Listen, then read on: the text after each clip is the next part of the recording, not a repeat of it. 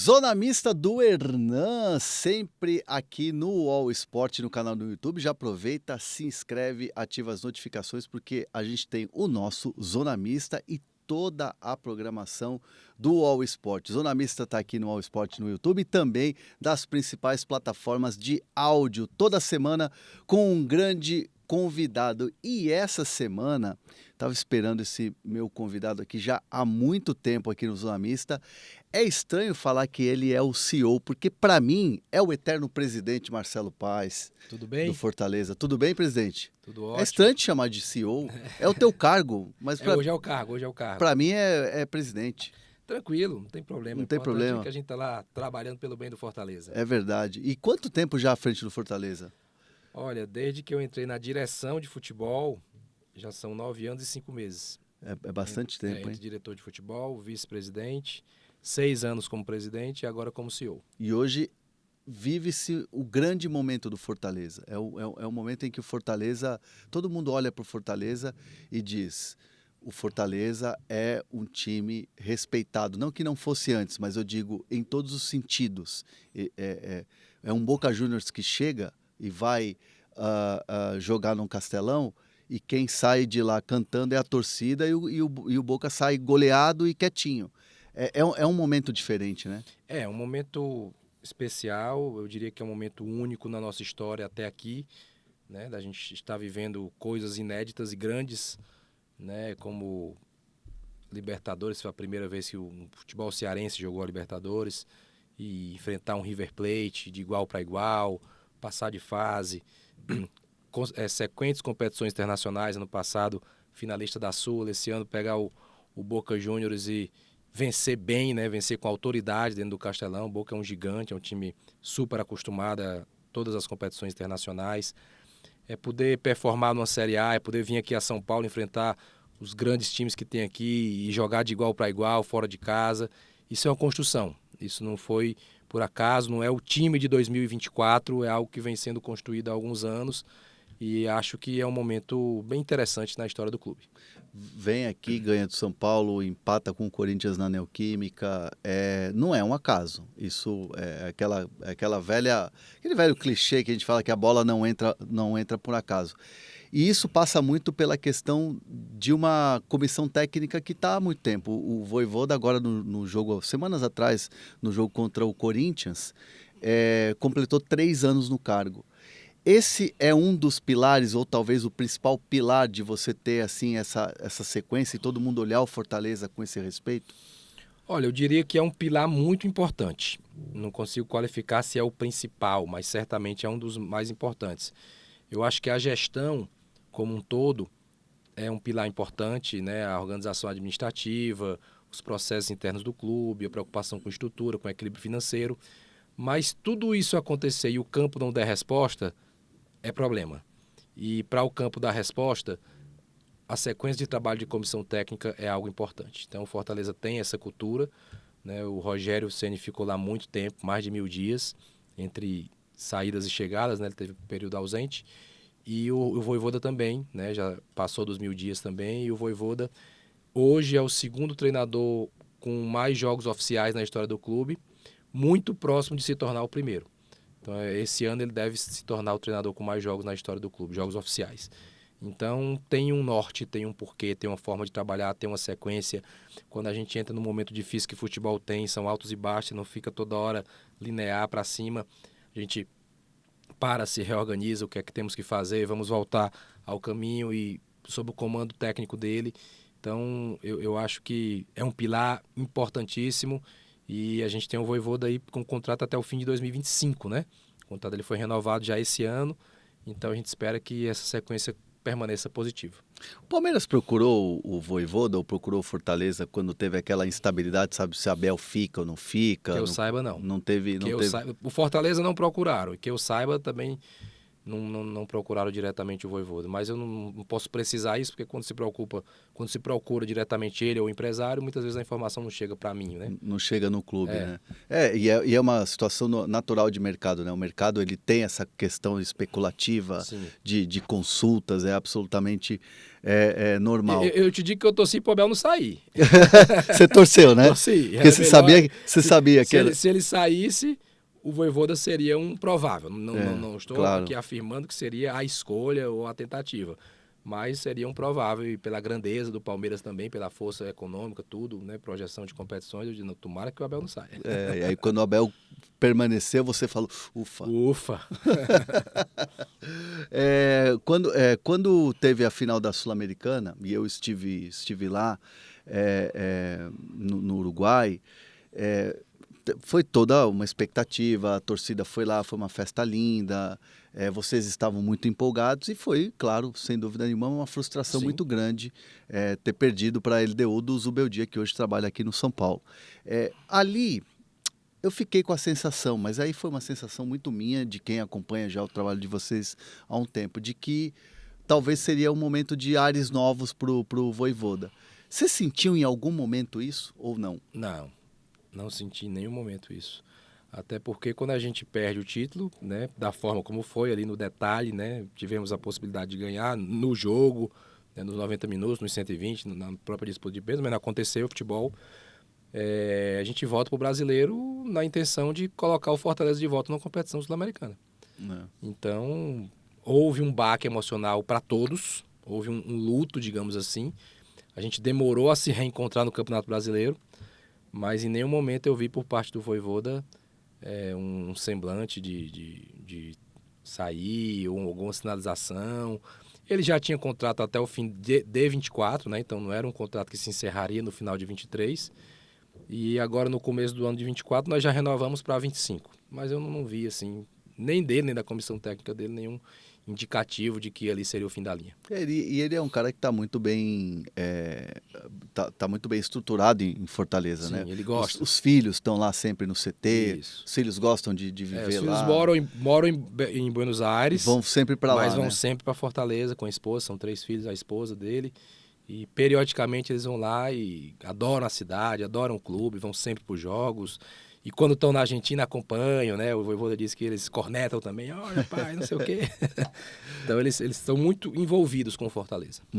Os filhos dele falam, pai, Marinho ou Pikachu? Quem vai escalar, né? E Tem esse tipo de conversa aí, tem esse tipo. É maravilhoso o futebol por causa disso, né? O filho do treinador também se dá o direito de cornetar. Quando a gente fala do Fortaleza e a gente fala de jogadores e o elenco do Fortaleza é um elenco recheado de atletas que poderiam estar em outros clubes, poderiam estar em outros centros. Por que o jogador escolhe estar no Fortaleza, presidente? Olha, eu acho que tem alguns fatores. Primeiro que ele vê que é um projeto sério, é um projeto que não é de agora que as coisas estão acontecendo, que tem um norte, que tem um treinador que tem respaldo da diretoria, que, por exemplo, você nunca viu o Vojvoda envolto em polêmica, em briga com a arbitragem, com o adversário. Então, tudo isso se observa, né? Que é um trabalho legal, que as coisas têm um porquê de ser. Questão financeira, né? O atleta saber que vai receber em dia, que recebe boas premiações. A cidade é muito atrativa, né? Morar em Fortaleza é muito bom, a cidade é agradabilíssima. E um time que tem ambição, né? Quando o time chega no final do Sul-Americano, o jogador, eu quero ir para lá, porque no que vem a gente vai brigar de novo para isso também. É um clube que nas competições regionais entra como favorito, né? O estadual, Copa do Nordeste, então briga para ser campeão nessas competições também. Esse ano a gente não foi campeão estadual, mas chegou na final, perdeu nos pênaltis. Então tem ambição, tem uma cidade boa, tem um trabalho da comissão técnica interessante, tem a questão financeira, e eu acho que todos esses fatores influenciam para que o jogador queira ir e queira permanecer. Porque são duas coisas diferentes. Uma coisa é ir, outra coisa é permanecer. Né? Às vezes, e assim, o jogador quando chega lá, ele não tem o carimbo de que vai ser titular absoluto, né? Ele sabe, e o Vojvoda faz questão de dizer isso antes do atleta ir. Olha, aqui todo mundo briga por seu espaço, todo mundo vai trabalhar, não tem situação garantida, a gente gira o time, o atleta já vai sabendo, né? E ele vê, os jogadores veem jogos, os jogadores acompanham os outros times, os jogadores têm amigos nos outros Sim, times, se se né? falam, trocam ideia. Então não vão por acaso. Ele vai depois da sua própria investigação também, da sua própria esposa, conversa, para poder ir. A gente tem atraído bons jogadores e tem outros também que às vezes não querem ir, né? A gente está falando aqui dos que estão lá, que são bons nomes, mas tem um ou outro que escolhe não ir, que vai para outro local e é normal, faz parte. Mas hoje, sem dúvida alguma, o Fortaleza se tornou um clube bem mais atrativo. Eu sou um defensor ferrenho daqueles que, de ficar falando, eu não gosto dessas coisas de ranking de salários, de falar de salário de jogador, falar de salário de treinador, eu sou contra, porque eu acho que isso é uma coisa muito particular, ninguém fica falando, por exemplo, o meu salário, o salário do nosso produtor, o salário do nosso chefe, que ninguém fala. Então, assim, mas hoje o Fortaleza tem um teto salarial dos seus principais atletas no mesmo nível dos times que hoje brigam no G5, no G6. Depende do time.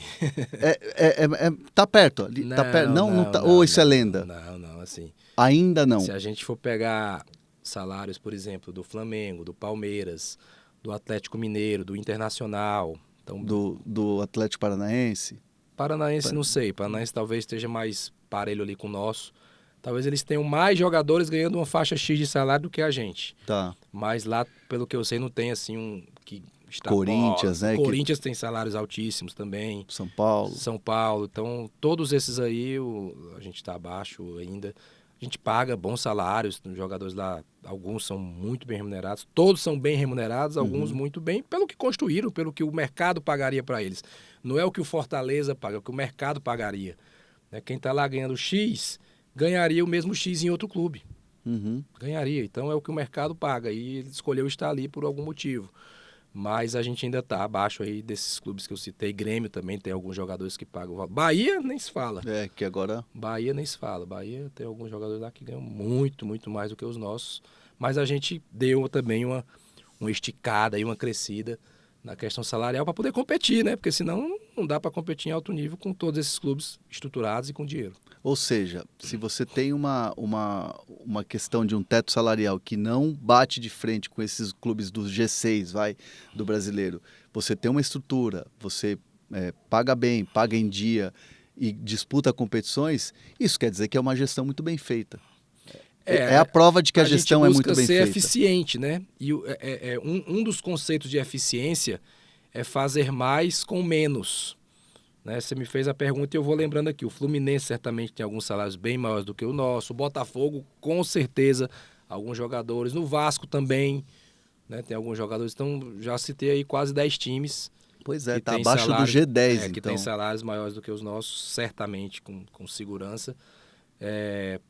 E a gente tem que ser eficiente. E a gente ainda tem uma outra dificuldade, né? Que é a logística. Nossa logística, isso aí não tem como igualar. Isso aí não tem como... Você pode minimizar um pouquinho com dinheiro, fazendo voo fretado toda hora que a gente não tem condição de fazer.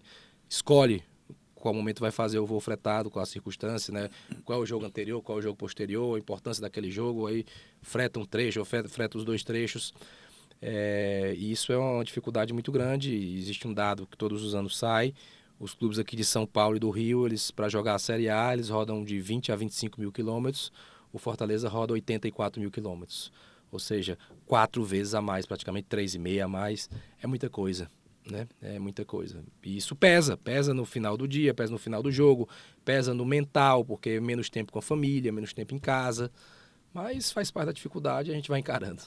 E isso lá na conta final acaba que traz um prejuízo. Traz. Pontos a mais que poderia se ter. Isso aí é a bola não entra por causa disso? Em algum momento, sim. Porque é um cansaço. A gente tá falando de um esporte de altíssimo rendimento. Então, o altíssimo rendimento, qualquer fator que prejudique, ele já te deixa em uma desvantagem competitiva. Né? Seja X jogadores lesionados no jogo tal, seja o cansaço acumulado de tantas viagens, né? Seja enfrentou um adversário em que naquele dia você tinha mais jogadores suspensos. Tudo isso vai pesando, né? Para mais pontos ou menos pontos. E esse fator logístico a gente não tem como resolver. Né? Nós somos teimosos, né? De ficar lá em cima e jogar esses campeonatos todos. Eu lembro bem na Libertadores de 2022, tinha um mapa da América do Sul de todos os times geograficamente, né? Sim. Aí você viu um bocado de time aqui do lado esquerdo, aí vários aqui no sul da América do Sul, né? Argentina, Uruguai, os gaúchos e tal, São Paulo. E só o Fortaleza lá em cima, assim, era uma distância absurda. Né? O Fortaleza isolado e todos os outros times aqui próximos uns dos outros, ou seja, Enquanto eles se enfrentam lá embaixo. Deslocamento menores ali, 1 hora de voo, 1 hora e meia. Fortaleza, 5 horas para Buenos Aires, tantas horas para Santiago. Então é uma realidade. Mas vamos seguir sendo teimoso aí, tentando fazer parte desse mapa.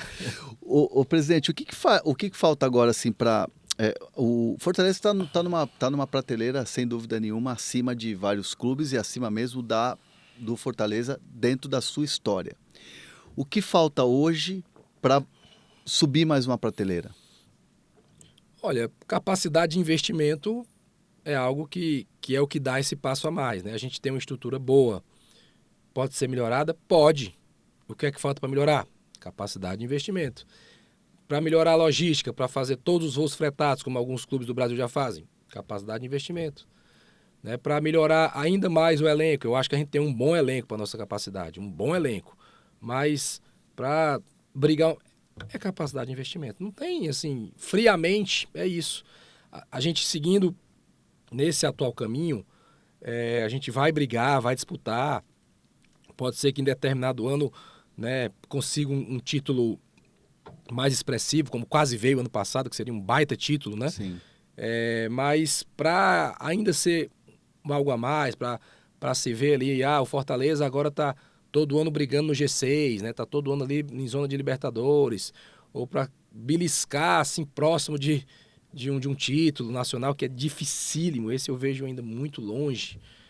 É capacidade de investimento. Não tem outro caminho, não tem um milagre também de o Vojvoda vai ficar 5 anos, ou a gestão vai ficar 10 anos e naturalmente a gente vai conseguir se manter ali nesse patamar médio, né? E sem garantia nenhuma, porque futebol né, é uma coisa que acontece, às vezes você cai ou sobe, né? E quando de cair, estou falando de divisão, de performance, de aproveitamento. Então, com a capacidade de investimento no limite, nós temos um limite, hoje nos causa ainda uma dificuldade de brigar permanentemente por coisas maiores. Pontualmente pode acontecer como aconteceu ano passado com mérito, né? A nossa chegada na final da Sula foi mérito. A gente fez uma linda campanha, nós não perdemos nenhum jogo em casa, empatamos ganhamos todos os outros. Fomos o melhor time que chegou à final, né? Até a semifinal, a melhor campanha era a gente. Então não foi acaso, a gente está chegando ali, foi força, né? Foi trabalho. Mas não tem garantia nenhuma que esse ano chegue de novo, depende de sorteio, de tabela, de uma série de coisas, de momento, né? Copa tem muito momento, muito momento. O momento que você enfrenta o adversário, como você está, como o adversário está. Isso não tem jeito. E você falou de reforços, de ter um bom time. A última contratação foi uma contratação que chamou a atenção, que foi a do Breno Lopes, né? Já fazia tempo que vocês estavam tentando a contratação do Breno Lopes. Por que só conseguiu agora? Porque agora ele entendeu que o ciclo dele no Palmeiras estava chegando no fim. Por escolha dele também. Né? Ele viu que precisava de novos ares e se colocou aberto ao mercado. E das possibilidades que apareceram, ele escolheu o Fortaleza. Teve outros clubes que desejaram, isso foi público, né? Sim. E ele escolheu ir para o Fortaleza. Então, em outros momentos, a gente paquerava, batia na porta, perguntava... E o Palmeiras também não queria, e ele também achava que não era o momento. E agora casou aí de ele entender também que era o momento. O Palmeiras liberou e ele foi para lá e vai nos ajudar muito. Bom jogador, muito bom jogador. É um jogador que tem estrela, inclusive. Muita. Marcou gol de final de Libertadores, não é para qualquer jogador. E aí já encerra o ciclo agora ou vai ter na janela? Vojvoda sempre tá pedindo um reforço ali, Eu acho outro que essa aqui. janela do meio do ano a gente vai movimentar bem menos. Né? Eu acho que a gente vai movimentar bem menos. Até porque nessa janela de exceção, né? Sim. Nós fizemos 4 contratações, né? Nós levamos o Felipe Jonathan, o Kaiser de volta, o Martinez e o Breno Lopes. Então a gente está com um elenco aí robusto, com algumas posições com muitos jogadores, como volantes e atacantes. Né? Então eu acho que a movimentação da janela de julho vai ser bem pontual, assim, de alguma oportunidade de mercado. Pode ter saída também, porque a janela do meio do ano tem esse tipo de movimentação. né? Mas não vejo como uma janela de uau, vamos gastar muito, ou vamos trazer mais tantos jogadores, porque a gente já tem um elenco, né, bem interessante do que foi montado. E eu tenho dito que o Fortaleza é o resultado de várias janelas. Não é dessa janela de exceção, não é da janela de 23 para 24. São várias janelas que vão montando esse elenco. Nós temos vários jogadores lá com mais de 100 jogos pelo clube, no atual elenco, né? O Brits acabou de fazer 100 jogos, o Hércules acabou de fazer 100 jogos, o Pikachu tem mais de 100 jogos, Tite tem mais? o Tite tem mais de 100 jogos, o Tinga tem mais de 200, acho que tem 250 jogos. Né? Muita gente que está por ali que já tem, eu acho que o Luceiro está perto aí de 80 jogos, alguma coisa assim. Então é uma turma que já tem uma certa história no clube e isso também é interessante. E é um elenco muito fechado também, né? Assim, você vê que tem um encaixe ali, os jogadores são muito fechados, gostam, né? Se conhecem.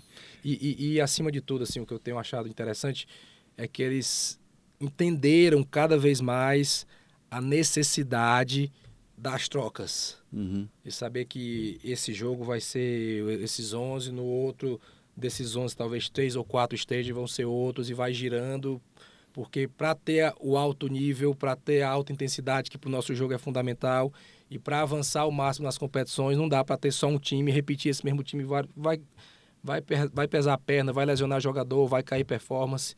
Então eu vejo uma compreensão do elenco. Claro que tem um ou outro que quer jogar mais e tal, normal. Mas eu vejo uma maturidade também nisso. E você participa diretamente das negociações? Como é que é o approach? Você deixa isso com o Vojvoda também? Como é que funciona o mecanismo de uma contratação no Fortaleza? É uma equipe, né? Uhum. É uma equipe. Você tem um departamento de análise de mercado que é muito eficiente, né? Que é o CIFEC, Centro de Inteligência do Fortaleza Esporte Clube. O Alex Santiago, que é hoje o presidente do Fortaleza Esporte Clube da associação, e foi meu diretor de futebol quando eu era presidente, está dentro do departamento de futebol da SAF também, um cara muito competente, muito preparado, e eu acho que esse é até um diferencial da nossa SAF, porque o presidente participa, né? Porque ele já era da gestão, já entendia todos os processos. Então eu, Alex, o Bruno Costa, que é o executivo, o departamento de análise filtra jogador, apresenta jogador, ou chegou uma indicação através do Vojvoda, o Vojvoda conhece um jogador tal que foi indicar, por exemplo, o Pochettino. Uhum. Aí vem via Vojvoda, mas o CIFEC vai olhar também, né? Vai ver os números, as características, né? Porque aí a gente vai perguntar, e aí, tá no perfil? Então é coletivo. Sempre passa pelo Vojvoda, todo jogador que entra ou que sai passa pelo Vojvoda, porque é ele que vai trabalhar no dia a dia. E negociação, aí às vezes eu inicio, às vezes o Alex inicia, isso aí não tem uma regra assim, é o momento de uma janela, por exemplo, essa janela de exceção, que nós fizemos 4 contratações. Não dava para deixar um só conduzindo as 4. Né? Então, Alex, tu vai aqui, eu vou nesse aqui. No América Mineiro eu já conheço o Salum, eu ligo para ele, negocio a parte financeira com ele, a venda e tal. E a gente vai se ajudando e definindo junto. Então, é coletivo, é de verdade bastante coletivo. Eu fico imaginando assim que essa divisão é muito pelo perfil, né? Você tem uma amizade ou uma aproximação com o Salum.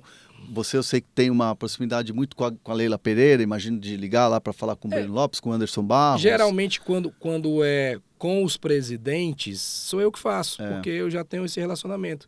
De reuniões, de tudo, né? De pegar o telefone e a pessoa vai olhar, opa, vou atender aqui e tratar. O Alex, ele conduz muito junto ao jogador, né? Por exemplo, o Martínez... O Alex conversou diretamente com ele, até porque ele tem uma facilidade do idioma. Sim. O Alex fala espanhol fluentemente, eu arranho, né? Me comunico, mas ele fala melhor. Então ele fez a reunião com o atleta, com a esposa, eu tratei com a América. E assim a gente vai se ajudando, sem vaidade. O importante, não tem que ter vaidade. De quem fez, quem apareceu, não importa. O que importa é o Fortaleza cumprir o objetivo. Quando terminou a janela, a gente olhou assim entre nós de, poxa, fizemos uma baita janela. A gente queria um outro camisa 9, a gente que precisava ali de um lateral esquerdo, né? E o Felipe Jonathan veio, precisava de mais força na volância, veio o Martínez, né? Então a gente... E o Breno Lopes foi ocasião, né? O Breno Lopes apareceu e a gente, tem que pegar. A gente tem muito atacante, mas o Breno Lopes a gente não pode deixar passar e tal. Então, o principal é isso, sabe? É a gente se ajudar e depois que o atleta vem, performar em campo, né? E aí o ciclo fica completo. Não, e a gente está falando aqui de um exemplo, né, que é assim, é uma função, né, de várias funções que você tem dentro do clube.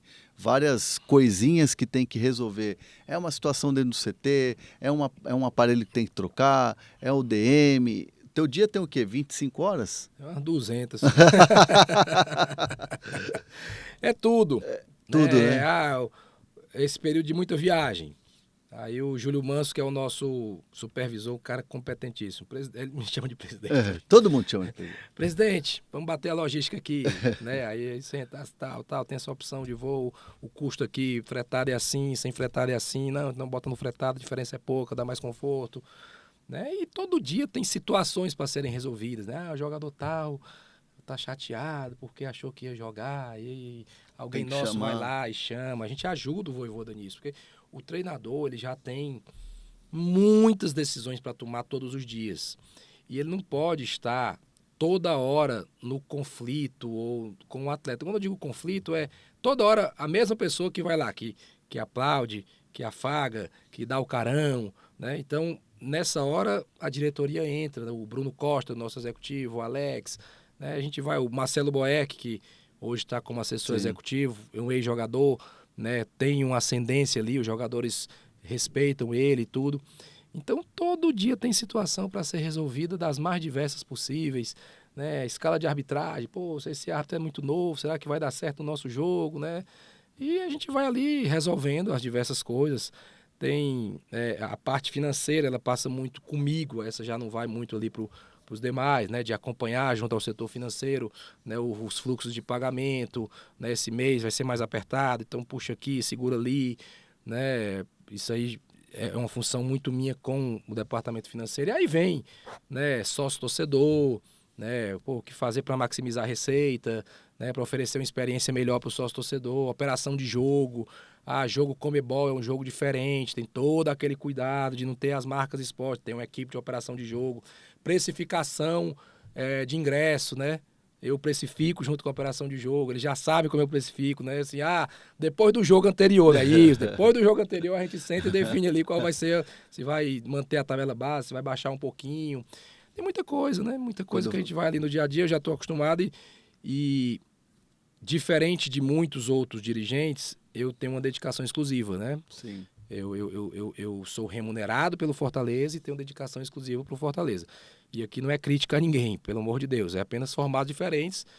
Muitos clubes ainda têm um modelo associativo que Sim. o dirigente É o estatutário. Estatutário, foi eleito, mas ele tem alguma outra obrigação profissional na sua vida. O cara tem uma empresa, o cara tem isso. dá aula, enfim, qualquer Isso, coisa. é advogado, Sim. né, médico.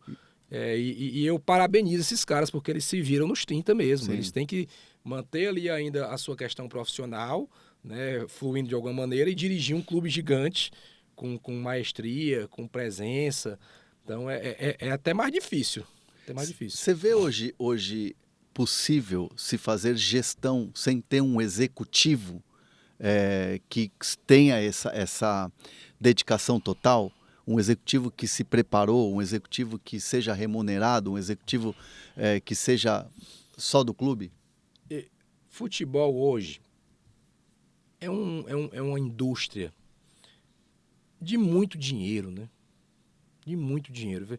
Eu vejo o orçamento do Flamengo, 1 bilhão e 300. O orçamento do São Paulo, altíssimo, do Corinthians. São Paulo, na final da Copa do Brasil ano passado, foi 26 milhões a renda, um jogo, um evento. Então, tem que ter profissional qualificado, dedicado e bem remunerado. Para tocar essa indústria, para fazer com qualidade, com know-how, com conhecimento, com integração, né? Você viu que eu falei aqui em 2 minutos diversas áreas integradas do clube, o futebol, a finança, a operação de jogo, o sócio-torcedor, tudo isso está interligado. Não dá para dissociar, porque no dia do jogo o sócio-torcedor vai, o camarote que é vendido, o cara vai, o ingresso que é comprado, o empresário do jogador que veio assistir, você tem que acolher, botar no lugar legal, família de jogador, tudo isso está integrado. Então tem que ser gerido por gente competente e profissional. Então não dá para uma empresa que fatura 300 milhões, 500 milhões, 700 milhões, não ser gerido por profissionais. E eu não estou falando do presidente. Existe um modelo estatutário, né, em que o presidente é a figura máxima do clube, Mas abaixo do presidente tem que ter gestores bem preparados para tocar, para essa máquina girar. Eu acredito nesse modelo. Eu também concordo com você e eu vejo que é um caminho sem volta. E também não é uma crítica aos estatutários. Eu acho que é um modelo que está ali, querendo ou não, né, coincidência ou não, estamos tendo o nosso papo aqui no Zona Mista e a gente está diante de uma crise que está tendo no Corinthians, exatamente de um estatutário que largou a metralhadora em cima do presidente. É uma situação que interna. Mas aí já é outra clube. Coisa, né? Aí já é política. Aí tem também muito. Então, mas a política ela ferve quando se tem também cargos dados a pessoas de política, né?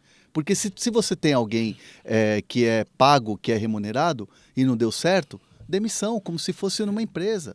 Se na tua empresa você não deu certo, eu sou o teu empregado e o meu trabalho não deu certo, você me manda embora. Assim, eu vou falar de conceito, né? Eu não vou falar do Corinthians, até porque o Augusto assumiu há pouco tempo, né? Pegou ali um clube gigante e está tentando, ao seu jeito, fazer o melhor. Das vezes que eu conversei com ele, eu vejo uma boa intenção. Das vezes que eu conversei com ele, o cara quer acertar, né? Está tentando a maneira dele, entendendo ali o começo e torço, de verdade, que dê certo. O Corinthians é um gigante, é um clube sensacional, né? Assim, forte, torcida, marca, e a gente torce que dê certo. Mas conceitualmente, esquece qualquer time aqui. Político faz política. Político não faz gestão. Tem uma diferença. Sim. Né? Gestão é feita por gestores. Quando a pessoa é só da política, ela vai fazer política. E é em qualquer lugar. No serviço público, se você forma uma equipe de profissionais ali, montou um secretariado da prefeitura do interior de Goiás, e naqueles cargos você coloca políticos, ele vai fazer política, ele não vai fazer gestão. Né? Mas secretaria de obras dessa cidade aí do interior de Goiás, é um bom engenheiro, é técnico. Não, é o cara do partido, não sei o quê, aí é política. Aí quando o político chega lá, ele não vai fazer gestão, ele vai fazer política. É a diferença básica. A questão dos cargos de confiança. Isso. Então, eu entendo que os cargos de confiança têm que ser ocupados pelos melhores técnicos possíveis. Isso é complicado. E aí, a gente aqui, Marcelo, a gente tem alguns quadros aqui no nosso Zona Mista, e um deles é o Isso ou Aquilo, que você vai escolher isso ou aquilo e tal. Pegadinha agora, né? Nossa, mas tem umas pegadinhas aqui que eu vou te colocar aqui numa fria, mas como você é meu amigo, eu vou pegar leve, tá?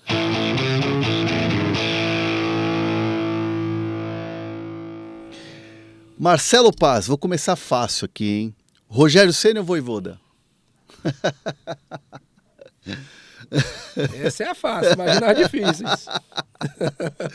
Não, os dois, cada um tem sua história e o Vojvoda ainda está construindo a dele. Muretiu, tudo bem. Ganhar uma Série C, Série B e chegar na Série A ou ganhar um título de Copa do Brasil? Hoje ganhar um título de Copa do Brasil. Porque essa construção você já fez. Né? Isso. Boa. Trocar uma fralda ou contratar um grande centroavante? Contratar um grande centroavante.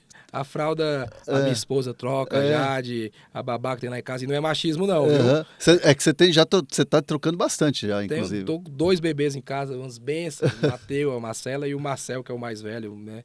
Eu adoro meus filhos, sou apaixonado por eles. Mas, como é um ou outro, eu vou fazer o que eu acho que eu posso fazer melhor e a troca da fralda. Mas dá pra trocar a fralda também resolvendo, viu? Dá, bota aqui. Já aconteceu? Já, bota aqui, conversa e tal.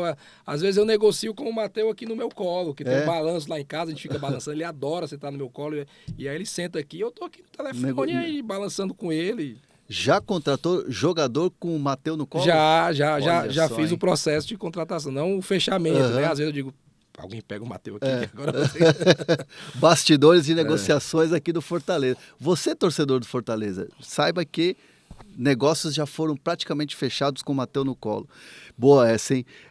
Ganhar o estadual com Fortaleza ou uma Copa do Mundo como chefe de delegação? A Copa do Mundo como chefe de delegação. É mesmo? Estadual eu já ganhei 8 vezes, 7.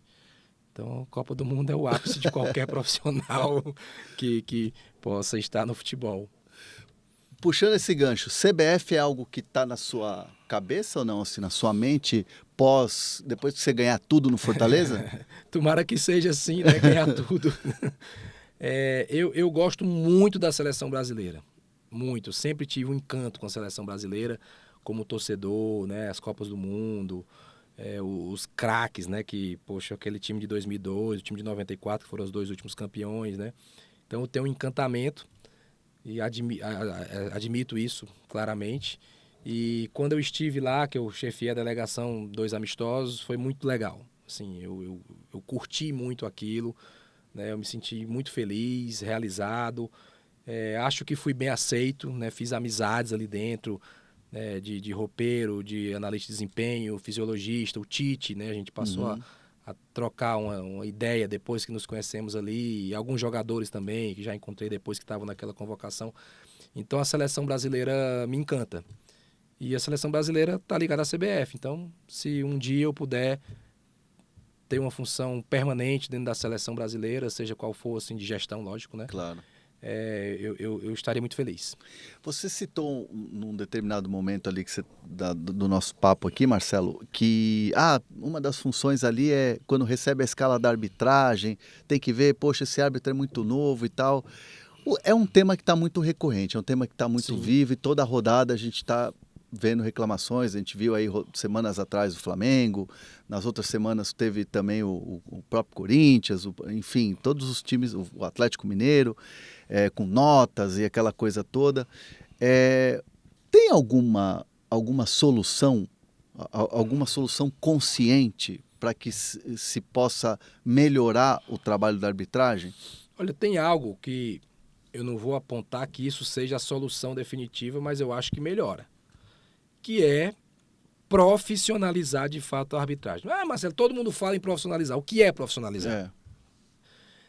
Você que está nos acompanhando aí, você sabia que os árbitros não têm contrato de trabalho?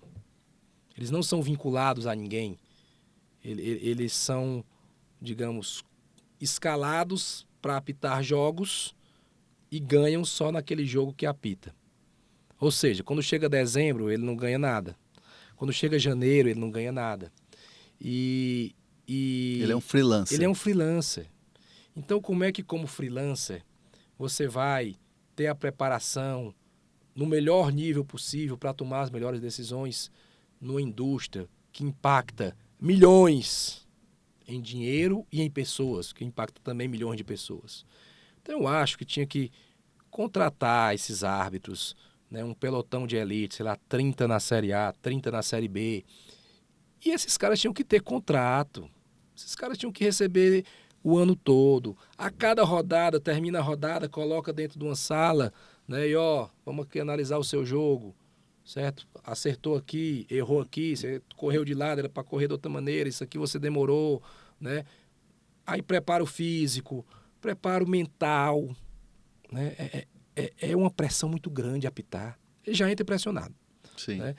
Preparo tático. Uma vez eu conversei com um árbitro, ele disse que, rapaz, tem árbitros que estudam a tática do time que vai jogar. Porque ele já sabe que aquele time joga com 3 zagueiros, que o lateral vai mais, porque ali ajuda ele a tomar decisões. Ele sabe o que pode acontecer no jogo. Onde ele pode ocupar o espaço do campo. Onde ele pode ocupar o espaço do campo. E isso só é possível se o cara tiver a segurança financeira. Isso é assim, para mim, isso é tão cristalino. Né? Aí alguém, mas as federações e a CBF não quer fazer porque vai ter custo trabalhista. Oi? Quer dizer que só o clube que pode ter custo trabalhista? Só o clube que pode empregar 400 pessoas, né? E funcionário, médico, fisioterapeuta, jogador, treinador, auxiliar, e a federação não pode? Pelo amor de Deus, né? Para o espetáculo ser melhor. Então eu estou aqui fazendo uma defesa dos árbitros. Eu acho que a arbitragem tinha que ser profissionalizada. Contrato, remuneração. Aí quando apita, ganha mais. Tem um contrato. Apitou o jogo, ganha mais. Aí a FIFA ganha mais ainda. A CBF ganha X. Porque esses mesmos árbitros, quando não estão no brasileiro, eles estão nos estaduais, eles ganham menos ainda. Sim. Né?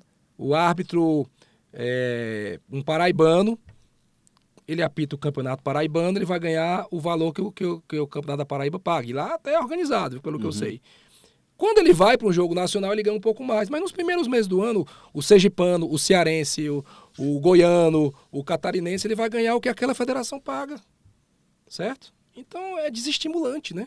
Claro. E são pessoas que têm uma influência direta no jogo. Direta no que acontece no final. Então, profissionalização. E Marcelo, existe assim fazendo uma crítica em relação aos dirigentes, e você é um dirigente. Fica a sensação de que as reclamações e na mesa, aquela coisa de bater na mesa, aí no microfone, quando o time é prejudicado? Olha, tem um pouco disso sim, né? Tem um pouco disso. Vocês fazem um meia-culpa disso? Eu acho que esse meia-culpa tem que ser muito do portão para dentro, assim. Eu vou dar um exemplo aqui bem real. Teve um determinado momento, não vou dizer o ano, né, para não facilitar, que teve uma rodada que teve diversos erros de arbitragem. Aí um grupo de dirigentes, vamos reclamar, vamos fazer um ofício e tal. Eu digo, gente, a gente vai reclamar essa semana porque os erros foram contra os nossos times, e semana que vem, quando o erro for a favor do nosso time, a gente vai se posicionar também? Você falou isso para todos. Então, a gente não pode reclamar só quando é contra o nosso. Ou não reclama, ou reclama também na excepcionalidade, porque tem situações que o dirigente tem que se posicionar, até porque ele é cobrado pela torcida, ele é cobrado pelo treinador, pelos jogadores. O jogador sai do jogo ali pé da vida porque teve um erro de, vocês têm que fazer alguma coisa. Como que diz assim, eu fiz a minha parte, eu fui lá, corri e me matei em campo, você tem que chegar lá e... Então, o dirigente, ele fica nesse meio campo aí, né, de poxa, será que eu vou só chorar no microfone, ou a minha fala tem procedência, né? Não é simples essa equação. Sim. Não é tão simples. Porém, em algumas vezes, existe sim uma transferência de responsabilidade. Existe, né? Tô perdendo um momento ruim, tenho que ir ali pro microfone e jogar um negócio para... Acontece, né? É humano, assim, se defender, se proteger. E é difícil cobrar a coerência 100% em todas as entrevistas, em todos os momentos. E digo uma coisa e me incluo nisso. Os dirigentes também desconhecem de regra. Sim. Às vezes tem situações que, poxa, como é que pode? Não deu essa falta e saiu gol e não sei o quê. Aí você vai lá conversar com a comissão de arbitragem e o cara mostra. Não, realmente não foi falta. Realmente a origem da jogada é assim, a regra coloca isso. Tem desconhecimento. Você fica sem argumento, porque na verdade o árbitro acertou.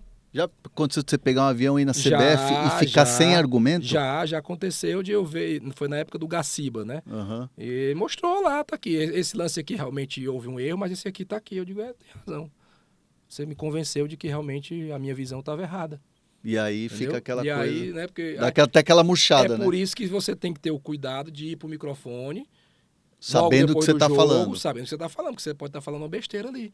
Agora, o que é que também confunde dirigentes, jogadores, técnicos? A tal da recomendação. Não, a recomendação agora é que se a bola bater no braço aqui é pênalti, mas ano passado não era. Aqui, né? Que se a falta for fora do lance, não dá mais a falta, mas antes dava. Aí, meu amigo...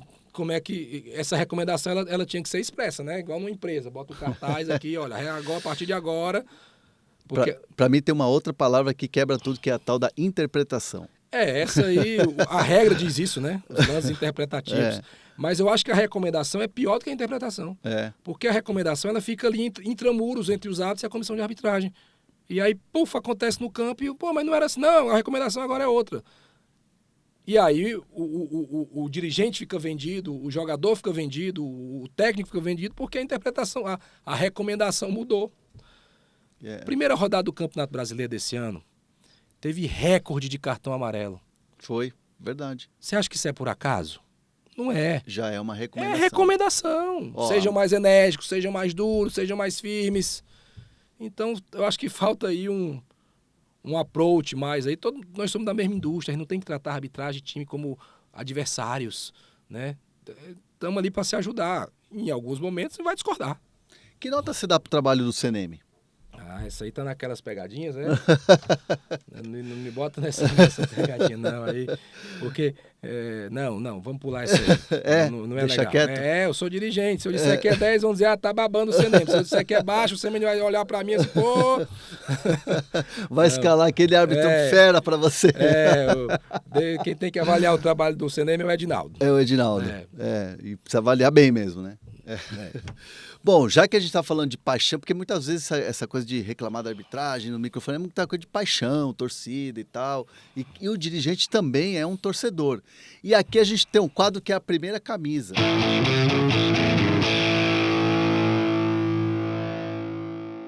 Você lembra da sua primeira camisa? Fortaleza. Mas qual delas? Que era do Fortaleza, eu tinha certeza absoluta. Você não ia me... Eu lembro de uma camisa com o patrocinador esportivo, o material esportivo era da marca Campeã. Era uma camisa de pano, assim, bem raiz, gola popolo, assim, a golinha branca. É linda aquela camisa. Eu não tenho mais, né? Mas às vezes eu vejo alguém que tem, assim... Que antes se jogava com camisa de pano, né? Isso. Então a primeira camisa que eu lembro do Fortaleza, assim, de eu ter é essa. E você lembra quem era o craque desse time na época? Era o Eloy. Eloy. O Eloy fez um gol pelo Fortaleza, chamado cesta de 3 pontos. Ele da quina da área, ele meteu a bola assim por cima, a bola caiu assim, ó. Lá no V, né? Lá no ângulo, contra o Ceará, inclusive. Ali na forquilha. Na forquilha. Aí foi apelidado de cesta de 3 pontos, que ela fez uma parábola, assim. É um gol lindo, sensacional do Eloy. Mas o meu ídolo foi o Clodoaldo, né? No Fortaleza. Sim, Clodoaldo. O Eloy é o primeiro ali, o Mirandinha. O campeonato que eu lembro de título do Fortaleza, o primeiro, foi o Campeonato Cearense de 91. E foi um gol do Mirandinha. O Mirandinha que jogou no Palmeiras. Sim. Não do Corinthians, o depois. O Mirandinha. O Mirandinha é um dos... Antigo. O primeiro brasileiro que jogou na Premier League. Isso. O primeiro Mirandinha. Isso, o Mirandinha... O primeiro Mirandinha. O Mirandinha original. O original. O do Corinthians depois era bom também. Era rápido, né? Jogou no Paysandu. Mas o primeiro Mirandinha, que jogou na Premier League, ele fez o gol do título do Fortaleza em 91. E eu tenho muito gravado isso na minha memória. Né? O Eloy, o Mirandinha... uma época boa, assim, criança mesmo, mas me despertou muito ali. O Clodoaldo, quando ele é uma lenda, né, do Fortaleza, ele é uma lenda de fazer gols e tal, e é uma lenda de meme também, ele é um cara completo, né? O Clodoaldo, quando você chega no clube, ele tava lá ainda, né? Ou não? Quando eu chego para trabalhar? Não. Ele já não estava mais? Já tinha, eu não sei se ele já tinha parado a carreira, mas não estava. Em 2017... porque o Clodoaldo ele ficou em litígio com o Fortaleza por um tempo, né? Porque ele foi pro Ceará e aí a torcida, boa parte da torcida não perdoou isso, ele não andava mais no clube. Aí o presidente anterior a mim, o Luiz Eduardo Girão, ele promoveu o perdão do Clodoaldo, fez um vídeo e tal, foi bem legal. Aí o Clodoaldo foi reincorporado. Quando eu assumi, aí eu empreguei o Clodoaldo no clube, ele trabalha lá até hoje, nas categorias de base. E naquele ano de 2018, nós jogamos uma Copa Fares Lopes, que é uma competição local, tipo a Copa Paulista aqui, e ele jogou de novo pelo Fortaleza. E aí teve aquele encerramento de ciclo. Isso, jogou de novo, fez gol e tal. E eu vou fazer uma confidência aqui que eu falei em pouquíssimos programas. Quase que a gente bota o Clodoaldo para jogar o último jogo da Série B de 2018. Tá? É mesmo? A gente pensou ali em escrever e ficou com receio de ter algum problema de registro. Eu ia ligar pro Manuel Flores, terminei que não liguei, para ter aí, rapaz, não vamos correr esse risco aqui não, porque foi o ano que a gente foi campeão da Série B, né? Mas a ideia... O Rogério já tinha dado ok? O Rogério gostava dele, ele se encontrava no CT. Tem um jogo de 2005, Fortaleza e São Paulo, antes do São Paulo ser campeão mundial, o Castelão com, sei lá, 70 mil pessoas. Eu assisti aquele jogo em pé como torcedor. E foi 1-0 o gol do Clodoaldo no Rogério, né? Um golaço, bola cruzada assim, ele deu do outro lado. E aí o Rogério olhava pra ele, aquele ano ali você fez o gol em mim, não sei o que. Aí o Clodoaldo, não me bota pra fora não, viu? Eu era jogador. Ele tinha um respeito pelo Rogério, né? Mas o Rogério adora botar essas pilhas, né? Vai na amizade ali, na resenha, ele adora, né?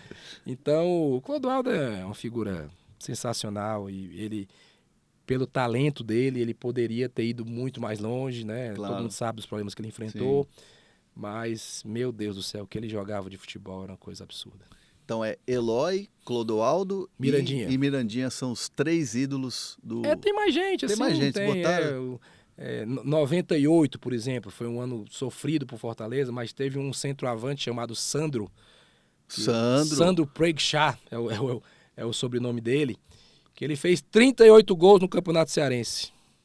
Eu lembro do 38 Sandro. Gols. É muita coisa. Absurdo. Ninguém faz 38 Ninguém gols. faz, ele fez 38 gols. Então, um cara que marcou a época também. E era a dupla, Sandro e Frank. O Frank era o ponta, jogava demais o Frank, era até mais técnico do que o Sandro. Sim. Enfim, são memórias afetivas aí da infância, legais aí com o Fortaleza. E eu tenho certeza que o torcedor hoje do Fortaleza, moleque, garoto, que está indo lá e se encantando no Castelão, vai ter boas memórias desse elenco, desse time, dessa construção, muito graças ao seu trabalho que você pôde falar um pouco aqui pra gente no Zona Mista. E papo bom, passa rápido. Eu quero te agradecer demais por participar com a gente aqui, Marcelo. Eu Valeu que agradeço, demais. Admiro muito o seu trabalho, feliz de estar aqui agora na sua casa, né? Você foi lá em Fortaleza. Verdade, foi muito legal. Visitou o CT, aquela matéria repercutiu muito. Verdade. Era um momento difícil, a gente estava em 2022, na zona de rebaixamento. E mesmo assim você abriu as portas, mostrou tudo e foi muito legal. Foi um divisor de águas, viu? Foi. Depois dali a coisa... Tá vendo? Ó, aqui, ó, pé quente aqui, ó. Quem sabe aqui já não vem um título aqui, ó. Opa! Volte mais vezes, Marcelo. Estou sempre à vontade para estar aqui com você, amigo. Obrigado, valeu. É isso, grande entrevista aqui com o presidente e CEO. Eu fico até assim, não vou chamar nunca de CEO, não vou me acostumar, vou falar presidente Marcelo Paz, um dos grandes responsáveis aí por esse momento espetacular desse gigante do futebol brasileiro que é o Fortaleza. E você, grandes entrevistas como essas aqui, você acompanha aqui no Zona Mista, no canal do UOL Esporte e também nas principais plataformas de áudio. Semana que vem eu volto, hein? Valeu!